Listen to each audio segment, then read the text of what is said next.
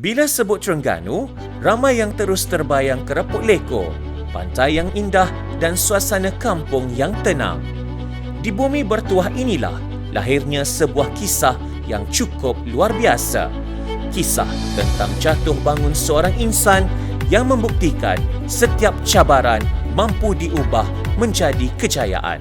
Selama 13 tahun saya bekerja sebagai jurujual kereta, namun minat yang mendalam dalam bidang perniagaan mendorong saya untuk memberanikan diri membina perniagaan sendiri bersama suami.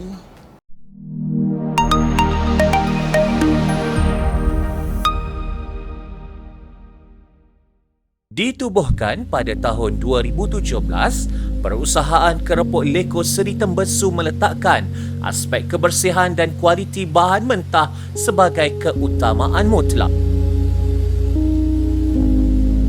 Penggunaan isi ikan segar tempatan berkualiti tinggi menjadi rahsia keaslian rasa.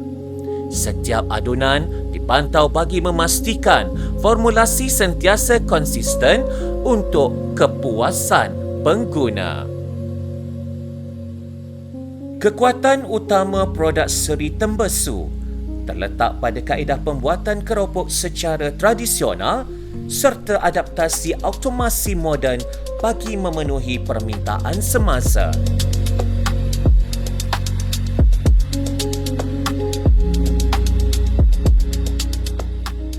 Bermula dengan modal kecil RM20,000 Malaysia, kini transformasi kilang moden di Tok Jiring menggabungkan teknik tradisional ini dengan teknologi pemprosesan tinggi. Hasilnya, pembentukan keropok menjadi sempurna dan kapasiti pengeluaran meningkat tinggi.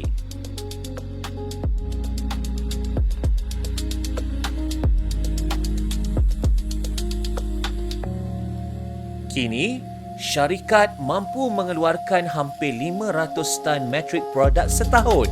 Sebagai jaminan keselamatan dan kualiti global, produk ini telah memperoleh pensijilan halal oleh JAKIM bagi keropok crispy serta pensijilan mesti dari Kementerian Kesihatan Malaysia bagi premis perniagaan. Seiring ledakan teknologi digital, pemasaran atas talian merancakkan jualan. Malah, produk warisan Seri Tembesu ini telah berjaya melebarkan sayapnya ke peringkat antarabangsa dengan mengeksport produk ke Arab Saudi dan melalui ejen ke Brunei Darussalam.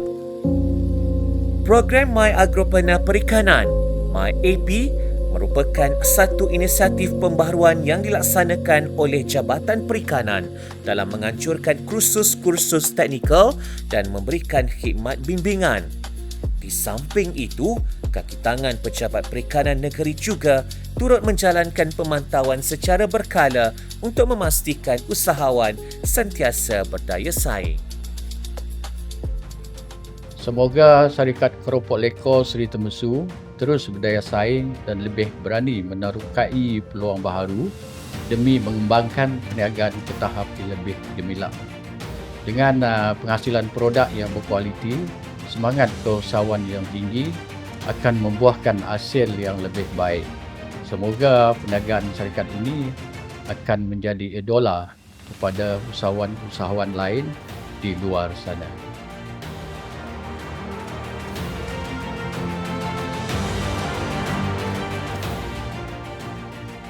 Harapan saya kepada generasi muda, jangan takut untuk bermula.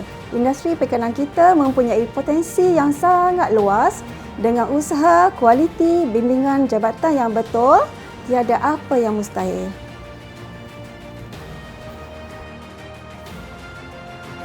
Kerepuk Leko Seri Tembesu. Super sedap, senyum mewah.